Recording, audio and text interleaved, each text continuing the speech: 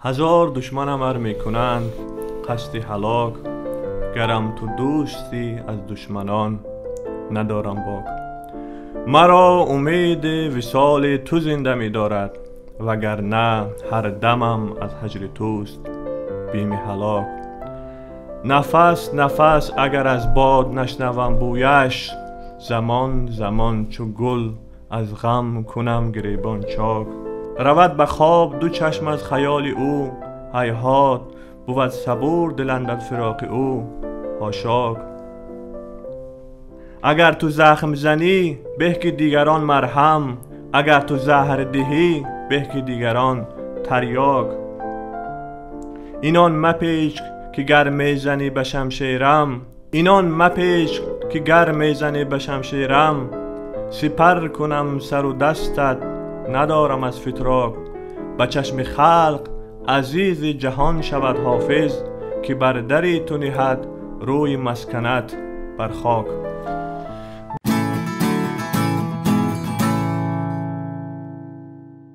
با نام یاد خدا سلام. برنامه کتابخوان است و مهمان امروزه در برنامه خورشید احسان. خورشید به برنامه خوش آمدید. باید بگویم که خورشید یک شاعر و محقق جوانی ما است که امروز در سمت ادبیات، شعر، نقد ادبی و مطالعه و شناخت و بررسی ها در این سمت کار و فعالیت میکند. خورشید به برنامه خوش آمدید و شاید از برنامه‌های قبلی ما آگاهی دارید که ما سر موضوع مطالعه، خواندن کتاب، چی کتاب بخونیم، چرا بخونیم و برای چی باید بخونیم بحث میکنیم. خب چون همیشه گفتیم یک سوالهای عمومی، یک سوالهای کلی داریم به همه مهمانان برنامه. اول میخوام این سوالها رو بدیم و بعدا به قسمت معرفی کتاب است که بخش دومی برنامه بگذاریم. میگفتید که وضع مطالعه امروز میان جوانان همسن و سال خودمون چگونه است و نظرتون به این موضوع چی است؟ باید بگویم که در مورد اینکه مطالعه در جامعه ما چگونه هست نمیشه با یک نظر دقیق و مشخص ابراز کرد، چون یک آمار مشخص و معینی ما نداریم. از سمت مثلا من میبینم دوستان زیادی دارم که اهل مطالعه هستن، دنبال کتاب هایی که براشون جذاب هست میگردن، کتاب رو پیدا میکنن، میخوانن و با هم در مورد این کتاب ها به هر حال تبادل افکار میکنیم. از سوی دیگر هم گاهی ما مثلا میبینیم جوانهای زیادی هستن که به هر حال علاقه به کتابخوانی ندارن و مثلا فکر میکنن که این کار هیچ منفعتی ندارد، اصلا هیچ دلیلی برای کتاب خواندن مثلا ندارن، میگن چرا من وقتم را ضایع کنم، در صورتی که این بهترین کاری است که اونا میتونن بکنن. در صورت این مطالعه اساس و پایه ساختن یک انسان هست، یعنی کسانی که مطالعه میکنن آنها در واقع انسان‌های متفاوت میشوند، انسان‌های به هر حال کسانی میشوند که شخصیت پیدا میکنن، فردیت پیدا میکنن و در زندگی شخصی موفق میشوند. یعنی این اندیشه که با مطالعه و خواندن آدم به جایی نمیرسد یا مطالعه به منفعت است، واقعا اشتباه است. یک قیاس است، میگن که آدمانی که بیشتر مطالعه میکنند یا میخوانند یا با دانش سر و کار دارند معمولا انسان‌های فقیر هستند، نادار هستند. شما تا کجا با همین اندیشه راضی هستید؟ یعنی میزان خواندن و مطالعه کردن فقط فرق این است که ما یک نفر را مثلا ثروتمند کند یا نفر دیگر کم بغل شد، ولی یعنی در مجموع مطالعه برای گفتید رشد و شخصیت و انسان باقی ماندن و فرق کردن از عالم وحوش یا این چیز دیگر ها مهم است؟ خب اگر هدف شما این باشد که به پول بیشتری برسید، مثلا ثروتمند شوید، پولدار شوید، کتاب‌های زیادی هست در زمینه اینکه ما چگونه به پول برسیم، چگونه ثروتمند بشویم. و اگر مثلا کسانی کتاب میخوانن و به دارایی و نمیدونم ثروت و چیزهای دیگر نمیرسن، خب دلیلش این که اونها دنبال ثروت نرفتن. آخه مولانا میگه در جهان هر چیز جذب کرد، گرم گرمی را کشید و سر. خب کسانی که دنبال مبلغ میرن حتما مبلغ به دست میارن. کسی که میخواد پولدار شد خب زیاد کار میکند، میره تلاش میکند، تجارت مشغول میشه، کارهای دیگر، میتونه ثروت بدون چی بیارد، یعنی ثروتمند بشه. خب کسانی هستن که هدفشان مثلا چیزهای مادی و مثلا پول و مال نیست، آنها میخوان که از درون به شکوفایی برسن، آنها میخوان که این ثروت و این غنامندی را در درون خودشان داشته باشن و یعنی کسانی که از درون شکوفا میشوند، یعنی به شکوفایی میرسن، اینها ثروتمندترین آدم‌های دنیا هستن. خب پول و مال زوال می‌یابد. ما همین در تاریخ ادبیات اینقدر خواندیم که مثلا مال تمام میشود اما علم و هنر و مثلا معرفت باقی میماند و اون مثل نوری هست که همه دنیا رو روشن میکنه. کسانی که در یک جامعه مثلا باسواد هستن، شما توجه کنید، اول اینکه اون آدم برای همه قابل احترام هست، همه احترام میکنن. کسانی که حتی بیسواد هستن، باسواد هستن، ثروتمند هستن، فقیر هستن، مهم نیست، همه اونها رو اعتراف میکنن و مورد احترام قرار میگیرن. علت این که یک گروه یا یک نفر، یک شخص به این نتیجه میرسد که خواندن فایده ندارد یا تبلیغ میشود که کتاب خواندن اصلا کاری خوبی نیست یا عموما در خوری زمان است، فکر کرد باره که علتش از کجا سرچشمه میگیرد و چرا در ذهن بعضی افراد این چیز بروز میکند؟ از کجا پیدا میشود؟ یعنی به فکر شما این آدم ها مثلا سعی کردن یک کتابی رو بخوانن، یک کتابی رو به دست گرفتن، اما همون کتاب براشون جذابیت نداشت. دیدن که مثلا نه جذاب هست، نه جلب توجه میکند و نه دقت آدم را جلب میکند و دیدن که مثلا حرفایی که در کتاب ها گفته میشوند با زندگی واقعی امروزشان مطابق نیست، یا از زندگی واقعی که دارن خیلی دور هست، یا اون حرفایی که در کتاب ها میخوانند مثلا شاید بگم در زندگی واقعی به درد بخور نیست، یعنی اونا نمیتونن در زندگی واقعی اونا استفاده کنن. خب البته این دلیلش این هست که اونها کمتر میخونن، اگر زیادتر مطالعه میکردن حتما میدونستن که کتاب حرفایی که در کتابا گفته میشوند حتما در زندگیشان مفید هست و در زندگی روزمرهشان به کار خواهد آمد. این گونه اندیشه باز، این گونه عشق علاقه به کتاب از کجا است؟ از پدر است، از مادر است، از بیبی است، از نمیدونم از عمک است، تقوا است، یا چی محیط است که شما رو انگیزه داد که تو به این سمت بروید؟ یا از کجا فهمیدید، درک کردید که خواندن برایتان مهم است و علاقه عشق هم دارید و علاقه هم دارید؟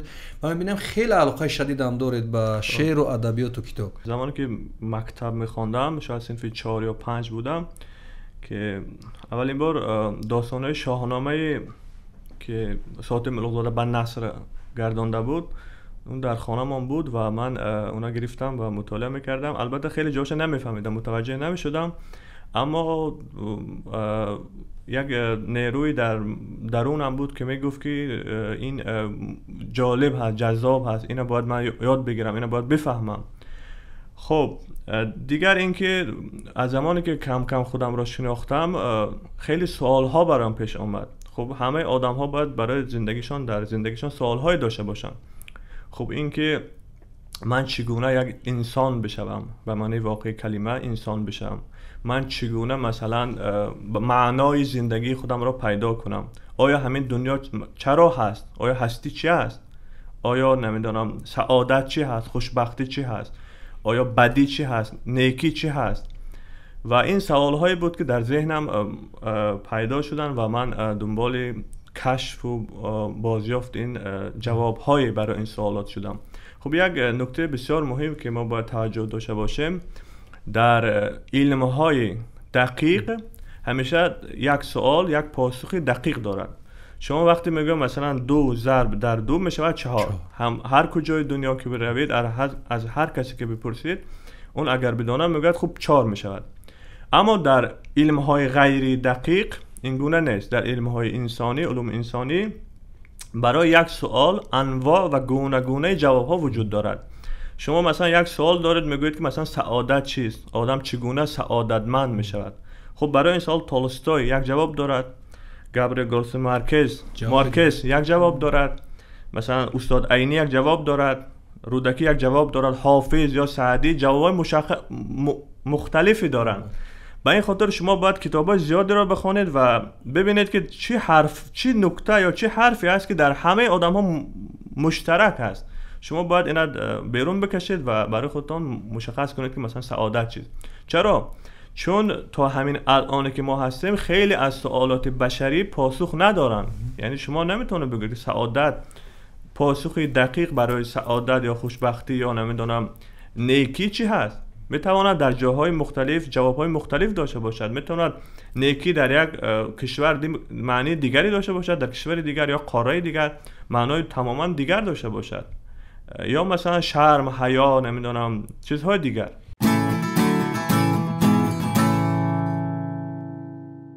یک نفر برای کتابخوانی شرایط آماده میکند، نمیدونم شم میموند، موسیقی گوش میکند یا خودش آماده میکند، شما چه جور میخونید و چقدر میخونید در روز؟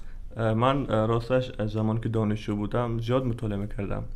بعد از اینکه خوب کارمند شدم و دنبال کار و زندگی رفتم، راستش یک اندازه مطالعه هم کم شد و الان که خیلی به هر زندگیم رو برا هست، دوباره این عادت رو از سر گرفتم. یعنی خب زمان دانشجویی من مثلا هر روز تقریبا 2 ساعت مطالعه میکردم، هر روز.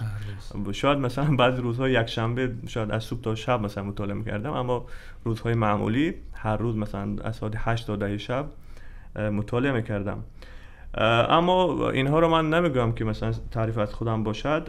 هدف این هست که مطالعه یک کاری هست که آدم باید به آن عادت کند. خب بیشتری آدم ها بهانه شون این هست که ما وقت نداریم، مثلا آدم شرایط خاصی نداریم برای خب شرایط خاصی نداریم یا وقت نداریم. اول اینکه برای مطالعه شرایط خاصی لازم نیست، یک کتاب لازم هست و چشم بینا که همه ما داریم. و دومی که بهانه میارن که مثلا ما وقت نداریم، خب بسیار بهانه غلط اشتباهی هست. خب شما چطور وقت میآورید بازار میروید، چطور وقت میآورید خوراک میخورید، چطور وقت میآورید با دوستاتون میروید مثلا قهوه خانه میشینید و ساعتها صحبت میکنید. خب برای این کار که وقت دارید. برای مطالعه که به نفع خود شما هست، یعنی این مطالعه نمیدونم به دوستتون منفعت دارد، نه به پدر مادرتون، نه به فرزندتون، نه به همسرتون، خب به خود شما این مربوط است. خب چرا مطالعه نمیکنید؟ مهمون برنامه اولین ما یعقوب میگفتن که وقتی کتاب میخونن حاشیه مینویسن در داخل کتاب. شما این کارو میکنید یا چی جور است کتابخونیتون؟ خب بله، من اگر بخوام در مورد کتاب مطلب بنویسم یا مقاله بنویسم یا چیزی خاصی مثلا اونا با هدف خاصی مطالعه کنم، این کارا میکنم. یعنی داخل کتاب مینویسم؟ بله داخل کتاب، چون اگر کتاب شخصی هم باشد این کارا میکنم و هیچ ایراد و اشکالی هم ندارد. این همیشه در تاریخ ادبیات ما داریم که همیشه حاشیه نویسی یک از چیزهایی بود که وجود داشت. یعنی شما کتاب نسخه خطی زیادی هستن که غیر از اینکه متن دارند، اینا حاشیه هم داشتن. خب گاهی این حاشیه ها جدی‌تر و مهمتر از خود متن هستن. این حاشیه نویسی است. چند در یک کتاب چند حاشیه دیگر بله داره. مثلا یک کتاب هست نمیدونم از عصر از قرن 15 اینا رو آمدن کسایی که عالمانی که بعداً خواندن یک حاشیه نویس در قرن دیگر یک حاشیه دیگر اضافه شد. این حاشیه ها خیلی مهم هستن. یعنی کاری که یعقوب میکرد کار خوب بود نه؟ بله بله حتما. اگر کتاب خود آدم باشد، مثلا کتابخانه نباشد یا از دوستی نباشد، خب اراده نداره. در شروع برنامه وقتی شعر میخونده چند بار با تلفن موبایلی نگاه کردید و میبینم همراهتون است کتاب الکترونی هم میخونید. منظورم این است که بحث سر این موضوع چی در جامعه ما و هر جامعه دیگر بحث بسیار شدید است اطراف این موضوع. گروه میگن ما از الکترونی خوشمون میاد چون وقت نداریم، یا کتابای صوتی، گروه میگن از کتابای کاغذی. شما با کدام اندیشه بیشتر نزدیکترید و نظرتون به این چی است که اگر الکترونی چه کیفیت دارد یا این کتابای کاغذی چه کیفیت دارد؟ در مجموع نظر شما چیه؟ خب بله، بهتر است که آدم کتاب چاپی بخواند چون به هر حال لذت و کیفیت دیگری دارد. اما گاهی هست که کتاب‌های وجود، یعنی شما نمیتونه به اون دسترسی پیدا کنید. خب اینا فقط در شکل PDF هستن. خب اراده ندارد که شما اینا به صورت PDF بخوانید. خب یک نکته دیگر که همینجا به ذهنم رسید این هست که برخی ها خواندن شبکه‌های اجتماعی را به حساب مطالعه مثلا حساب میکنن که من فکر میکنم هرگز و هرگز خواندن شبکه‌های اجتماعی نمیتونه به عنوان مطالعه باشد. خب مطالعه این است که شما یک کتاب PDF باز کنید و اونم مثلا 15 دقیقه، نیم ساعت، یک ساعت یا هر چقدر که وقت دارید اونم بخونید. این میشه مطالعه. اما اینکه شما در شبکه‌های اجتماعی پرسه میزنید، اینا هی سایت بالا میارید مثلا نگاه میکنید، این فقط یک انبار کردن اطلاعات هست. یعنی شما اطلاع پیدا میکنید امروز کجا سوخت، نمیدونم چه حادثه شد، کی مرد، کدام ماشین مثلا با هم برخورد کرد یا هر چیز دیگر. و مطالعه کردن و شبکه اجتماعی را مرور کردن این دقیقاً مثل این است که مثلا شما وقتی مطالعه میکنید یعنی داخل یک آب دریا یا آب رودخانه میروید و اونجا آبتنی آب بازی میکنید و وقتی که شما شبکه اجتماعی میخوانید یعنی اینکه شما زیر باران میروید و تر میشید برمیگردید. زمانی که از رودخانه بیرون میایید خب شما یک سبکی و تمیزی رو در بدنتان احساس میکنید. اما زمانی که شما زیر باران میره بیرون میایید هیچ مثلا نه اینکه شما فقط یک کم تر میشوید و مثلا حتی که آلوده هم میشه، یعنی چرکین هم میشه، بجای اینکه پاک شد پاک نمیشه هرگز، لباسای شما مثلا چرکین میشه و تمام. تشکر. یک نکته خیلی خیلی جالب رو قید کردید که واقعا در ذهن من هم این چیز نبود، ولی ما با دوستانمون سر این بسیار بحث میکردیم. بسیار وقت میگیم شما چرا کتاب نمیخونید، اینا بهانه میکنن که ما هر روز با فیسبوک و توییتر و اینستاگرام چیزا مشغول هستیم و خب این نکته هم نکته جالب است و فکر میکنم تو جای بحث برانگیز هم هست. شاید بعضی باشن که با اندیشه روزی نباشن. همینجا اضافه کنم که در شبکه اجتماعی معمولا همون چیزایی که نوشته میشن بسیار کوتاه هستن. شما وقتی شروع میکنید 2 دقیقه نگذشت میبینید تمام شد، یعنی شما وارد جریان مطالعه نشدید. شما میخواد وارد شوید که تمام شد اون مطلب. خب وقتی شما مطالعه میکنید شما آرام آرام وارد همون دنیای قرار میگیرید که نویسنده در اون کتاب ترسیم یا تصویر کرده است. این خیلی مهم است. بیاید به قسمت دیوم بگذاریم و من میبینم که روی میز 2 کتاب است. درباره این 2 کتاب و هر کتابی که شما دوست می‌دارید و دوست می‌دارید که دیگر هم خوانده باشند، خب من چه توصیه میکنید یا اشاره با این کتابو میکنید و چرا این کتاب‌ها رو خواندید؟ اولین کتاب‌هایی که ما باید بخوانیم از همین نویسنده‌های خودمان هست. یعنی شما باید اول خودتان و محیط خودتان و آدم‌های جامعه خودتان، نویسنده‌هایی که در جامعه شما وجود دارن اینها را بخوانید، بعد شروع کنید به خواندن آثار ادیبان جهان. خب من فکر میکنم که میشود مثلا از کتاب‌های بهمنیار که بسیار آثار خوبی دارند، به ویژه شاهنشاه من بسیار میپسندم، و کتاب‌های قادر رستم که اینجا ما یکیشو داریم، کتاب پایها و رویها، یک از کتاب‌های بسیار جالبی هست که یک کتاب اجتماعی هست و موضوعات بسیار مهمی را اینجا بسیار با زیبایی و جذابیت نویسنده تصویر کرده است. حرف در مورد کسی می رود که مرد می رود که قبلا مثلا کارمند جایی بود و به دلیل ترس و نگرانی در یک زیر زمین، در یک تهخانه به اصطلاح خودش را پنهان کرده بود و هر لحظه نگران بود که مثلا می ترسید که از کسی یا چیزی می ترسید و به هر حال این ترس و این نگرانی دلیلی مثلا چندان قوی شاید نداشته باشه. یعنی من برداشتم این هست که این ترس در واقع بسیار کوچک، بسیار اندک بود، اما او این ترس را در ذهن خودش بسیار بزرگ کرد. یعنی این ترس را در ذهن خودش گسترش داد و بسیار و این زمانی که در این زیر زمین مخفی شده بود، اون سرگذشت هایی که از سر گذرانده بود را به یاد می آورد و این یکی یکی تصویر می شود، حکایه می شود و کتاب بسیار جالبی هست و من حتما توصیه می کنم به دوستان که بخوانند. این قهرمان اثر ترس را از خودش دور می کند و از آن جایی که پنهان شده بود بیرون می آید و وارد جامعه می شود. اصلا هیچ اتفاقی هم نمی افتاد. یعنی اون ترس اون بیهوده بود. از خیلی از ترس های ما، خیلی از نگرانی های ما، اضطراب های ما بیهوده هستند. اصلا اونها وجود خارجی ندارن. اینها چیزهایی هستند که در ذهن ما هستند و ما با آنها زندگی میکنیم، با آنها شکل میدهیم، با آنها را بزرگتر و بزرگتر میکنیم. کتاب دیگری که اینجا ما داریم کتاب ریگستان است از شهزاده سمرقندی یا شهزاده نظرزاده، از نویسنده های سمرقندی ما که در کشورهای اروپایی، در کشور اروپایی زندگی میکنن و ایشان یک از نویسنده هایی هستن که من واقعا میپسندم، چون یک زبان بسیار شیوا و روان و گیرا و جذاب دارن و اصلا شما وقتی کتاب ایشان میخونه اصلا هیچ خستگی را احساس نمیکنید. و در ریگستان که خود نام ریگستان میدان به هر حال مرکزی شهر سمرقند است، سمرقند را میبینیم در آخرهای زمان فروپاشی شوروی.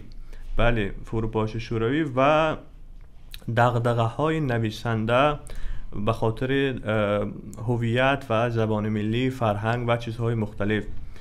و نویسنده بسیار اندوهگین هست، بسیار ناراحت است که همه جامعه به سوی می رود که به اصطلاح گذشتگان ما سوی به سویی، یعنی سو یا هدف مشخص نیست، سمتی که جامعه می رود مشخص نیست و تنها این قهرمان مرکزی و کسی که نامش شاعر میگوید هستند که اینا برای فرهنگ و ادبیات و زبان اینا غم میخورن، میخوان کاری بکنن.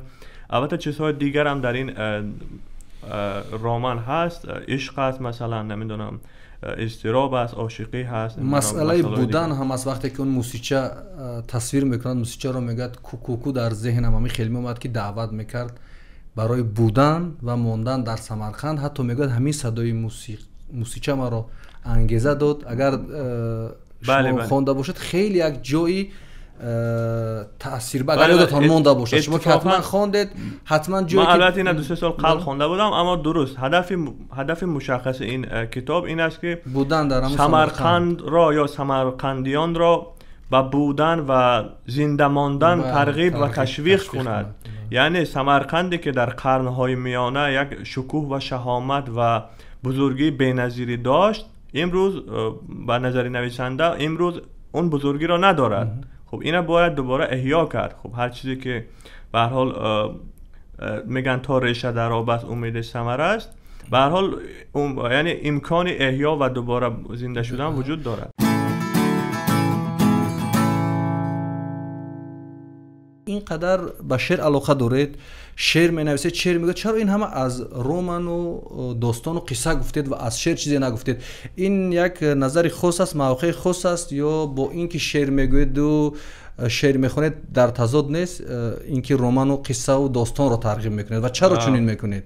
در کتاب‌های نثری معمولاً اندیشه ها بسیار راحت‌تر و آسان‌تر و روان‌تر بیان میشوند، اما شعر به هر حال چون در قدیم این گونه بود که شعر برای گروه خاصی از جامعه بود، یعنی هر کس به هر حال در فهم و درک شعر به هر حال عامه مردم به هر حال چی نبودن، یعنی مشکل داشتن. به این دلیل ما نثر روایتی داریم در ادبیات کلاسیکی و اگر شما مثلا نگاه کنید به خصوص شعر کلاسیکی را، فهم و درک شعر کلاسیکی یک دانش و یک توانایی خاص میخواد. یعنی این شعر کلاسیکی ما بسیار عمیق هست، بسیار گسترده هست، بسیار فلسفه بزرگ دارد، همه این موضوع ها رو در بر میگیرد، اما به دلیل وزن و قافیه و نمیدونم دستور خاص شعر که وجود دارد، این اندیشات طوری بیان شدن که آدمی که خیلی وارد نباشد، خیلی مطالعه نکرده باشد، نمیتواند بر راحتی و خوبی مثلا شعر دوست بدارد. خب مثلا شما مثلا اگر مثلا شاهنامه را بخوانید یا حافظ را بخوانید، اگر یک دانش‌های اولیه را نداشته باشید نمیتونید از اون شعر لذت ببرید. شما فکر میکنید که مثلا یک چیز دشوار و یک چیز دست‌نارس است. شما میفهمید یک چیز خوب هست، میفهمید که همین باید یک چیز خوب باشد. یعنی گویی هست که میگن آ چقدر شعر خوب، اما گویی که خوب از چی سخن میگوید؟ خب چرا خوب هست؟ خب دلیلش شاید مردم نمیدونه، یا دانشجوها یا کسانی دیگر. من گویی که سوال میکنم یا میپرسم، دلیلش رو نمیدونم، اما میدونن که خوب است، شعر خوب است، بسیار بلند است، اما خب چرا خوب است، چرا بلند است؟ خب نمیدونن. با این دلیل که خب دانش‌های دیگری لازم است که ما شعر درک کنیم. چی پیشنهاد دارید و چی توصیه ها دارید تا نسل ما، جوانان ما و مردم ما بیشتر و بیشتر روی به کتاب بیارن؟ چون هدف اصلی برنامه کتابخوان ترغیب، تشویق و پیشنهاد کتابای خوب و جالب است. شما چی پیشنهاد دارید؟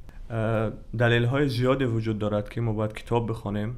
اتفاقا اگر ما میخوایم پیشرفت کنیم، فقط تنها راهی که ما را به سمت پیشرفت هدایت میکند یا میکشد خواندن هست و مطالعه است و کسب دانش است. اتفاقا از اولین کارهایی که مطالعه باعث میشود کسب دانش هست.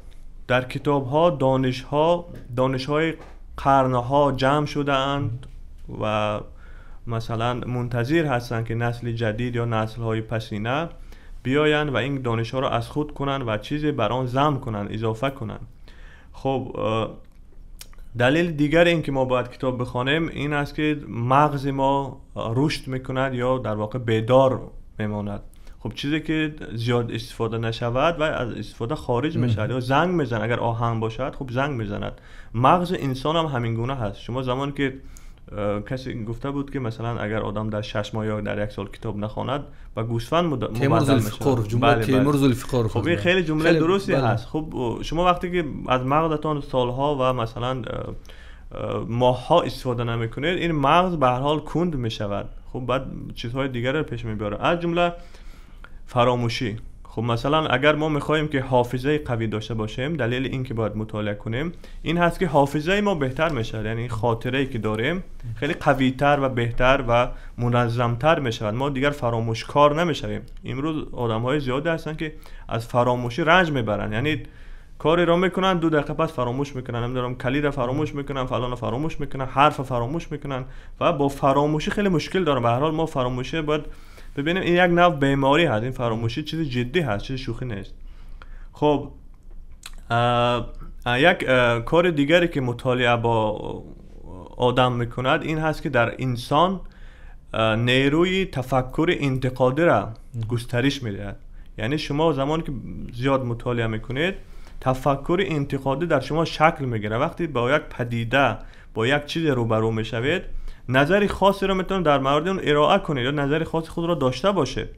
خب و مثلا مثل بقیه نمیشه. اگر من گاهی میبینم که مثلا یک چیز رو وقتی یک شعری نمیدونم یک چیز یک نفر مینویسد همه مینویسن آفرین بهترین فلان، خب در صورتی که شما اونجا میبینید و خطای وزن دارد، اونجا خطای منطق دارد، ایراد زیادی دارد. خب یا مثلا یک اندیشه که در جامعه ابراز میشه، یک حادثه‌ای که مثلا اتفاق میافتد، همه مثلا یک حرف میزنن و شما هم دنبال اونها نباید باشه. خب اگر شما اهل مطالعه باشید نظری خاصی خود را داره در مورد اون اتفاق یا اون حادثه یا اون پدیده. تشکر خورشید. یک شعر از خودتون بخونید برنامه را جمع بست کنیم. با من تو با من تنها چی خواهی کرد؟ ای عشق ای دیوانه دنیا چی خواهی کرد؟ در این حصاری زجر دستان تو می پیچم، پایان چی خواهد بود؟ بی پروا چی خواهی کرد؟ وقتی قیامت قامتم دیگر نمی روید، من مرده ام با مرده ام حالا چی خواهی کرد؟ در این نبرد نابرابر دست من خالی است، خشم قتیبه با بخاراها چی خواهی کرد؟ دنیا نمی چرخد سرم می چرخد از مستی، آخر بگو با من چه کردی یا چی خواهی کرد؟ اینجا و آنجا 6 جهت باید کجا باشم، با این ورای ناکجا فرما چی خواهی کرد؟ با شیره شیرین از تهمانده جانم، ای شوخ شورانگیز ای زیبا چی خواهی کرد؟ با شیره شیرین از تهمانده جانم، ای شوخ شورانگیز ای زیبا چی خواهی کرد؟ در رگ رگم رنگینی خون تو می جوشد، در تنگ ماهی حضرت دریا چی خواهی کرد؟ تا صبح بیدارم هجوم گریه هایم کو، شهر بدون دار را آیا چه خواهی کرد؟ ای عشق مهتابی نه چاهی، یوسفی نه گرگ، ای گرگ و یوسف چاه و مهتابا چه خواهی کرد؟ مستفعلون مستفعلون مستفعلون آنجا، اینجا چه میخواهی و باز اینجا چه خواهی کرد؟ این برنامه کتابخوان بود. خداحافظ.